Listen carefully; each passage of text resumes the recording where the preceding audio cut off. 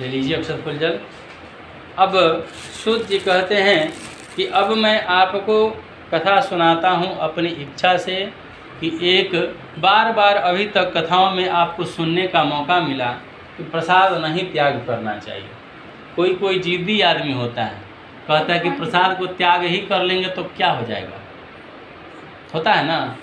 तो इस कथा में सूत जी सुनाते हैं कि एक तुंगध्वज नाम का राजा था और उसने भी एक बार त्याग किया था प्रसाद का, जिसका दुष्परिणाम उसे मिला।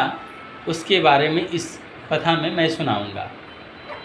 वो तुंगध्वज नाम के राजा जो थे बहुत अच्छे राजा थे, किंतु जब कहा जाता है ना कि विनाश काले विपरीत बुद्धि, जब व्यक्ति का विनाश का समय आ जाता है तो अच्छे दोस्त मित्र नहीं मिलते, और मिलते भी हैं तो उनकी बातें अच्छी नहीं लगती।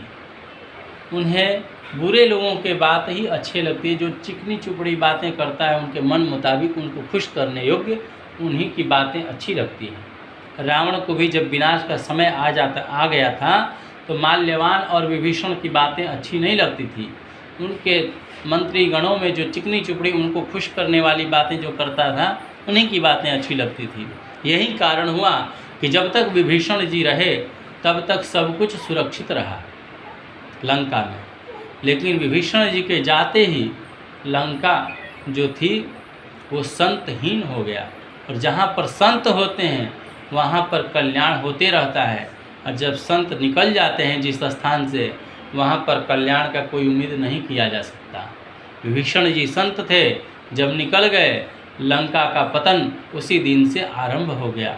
जब तक विभीषण जी थे तब तक लंका सुरक्षित थी, रावण भी सुरक्षित था, सब कोई सुरक्षित था। उसी प्रकार यहाँ पर तुंगध्वज जो राजा थे, उनके मन में विचार आ गया कि आज मैं शिकार करूँगा, और घोड़े पर सवार होकर जब शिकार करने के लिए जंगल की ओर रुख किए, अनेक प्रकार के निर्दोष पशुओं को उन्होंने मारा। शिकार में क्या होता है, निर्दोष पशु ही मारे जाते हैं। अब किसी निर्दोष व्यक्ति को जब आप दंड देते हैं तो आपको भी उसका दंड भोगना पड़ेगा। उसी प्रकार बहुत सारे जब पशुओं को मारा तो थक जाने के बाद बरगद के पेड़ के नीचे बैठकर आराम कर रहे थे राजा तुंगध्वज। कुछ दूरी पर ग्वाला लोग मिलकर सत्यनारायण भगवान का पूजन कर रहे थे। राजा के मन में तो अहंकार था, मैं राजा हूँ, मैं यदि ग्वाला लोगों के समीप जाऊँगा तो मेरी प्रतिष्ठा का हनन होगा, इसलिए उस स्थान पर नहीं गए। और तब भगवान को भी उन्होंने प्रणाम नहीं किया, क्योंकि जब व्यक्ति के अंदर अहंकार आ जाता है तो बड़े लोगों का सम्मान करना भी वो व्यक्ति भूल जाता है, और उसे लगता है कि हमसे श्रेष्ठ और कोई नहीं है। इसलिए अहंकार भगवान का भोजन है, कभी नहीं करना चाहिए। तब अहंकार के कारण भगवान को भी नहीं प्रणाम किया, और जब प्रसाद वितरण करने लगे ग्वाला लोग कथा समाप्ति के बाद, तो सबसे पहले उन्होंने सोचा कि हम लोगों में श्रेष्ठ राजा हैं तो प्रसाद वितरण करने का क्रियाकलाप राजा से शुरुआत की जाए। लेकिन राजा ने तिरस्कृत किया प्रसाद का, उसने कहा कि मैं प्रसाद नहीं लूँगा। फिर ग्वाला लोग सोचे कि हो सकता है कि हमें नीच समझ करके मेरा स्पर्श किया हुआ प्रसाद राजा नहीं ले पा रहे होंगे, इसलिए प्रसाद को उसी स्थान पर रखकर वो लोग चले गए, अपने ग्रुप में प्रसाद का वितरण किए और भगवान का कीर्तन भजन करते हुए अपने अपने घर की ओर चल दिए। अब क्या हुआ कि राजा ने उस प्रसाद को छोड़ दिया, दूसरे रास्ते से अपने घर की ओर प्रस्थान किया।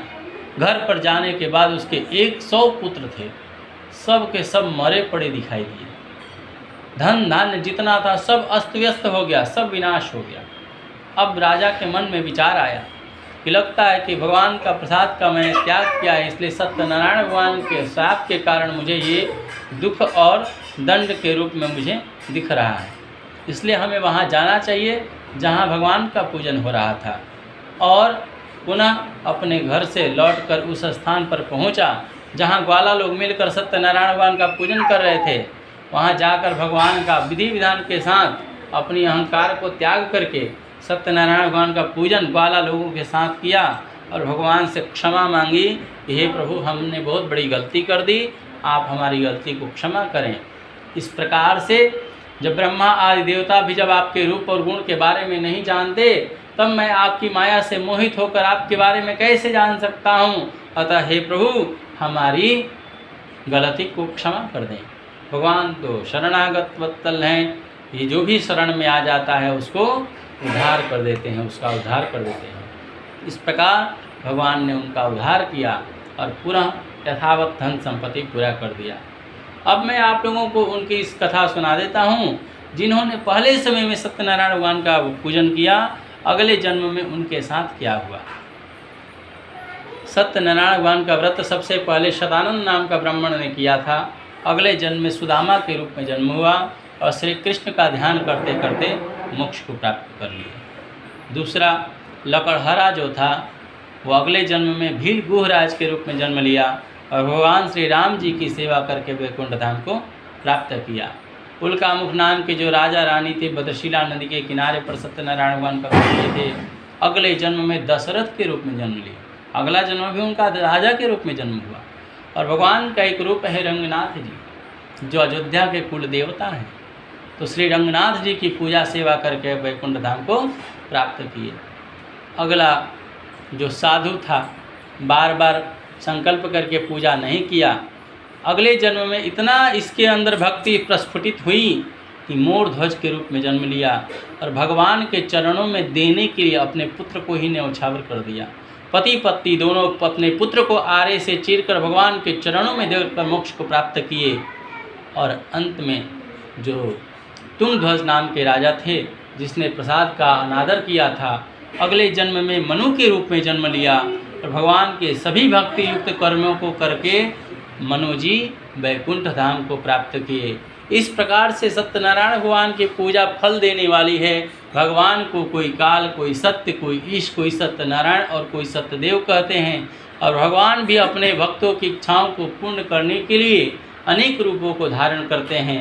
इस प्रकार से इस कली काल में, इस मृत्युलोक में, इस कलयुग में मनुष्यों के लिए इससे छोटा दूसरा कोई उपाय नहीं है जिससे अपने मनोभिलाषित मनोकामना को पूर्ण किया जा सके। इसलिए एक बार प्रेम से बोलिए वृंदावन बिहारी लाल की जय, सत्यनारायण भगवान की जय, बांके बिहारी लाल की।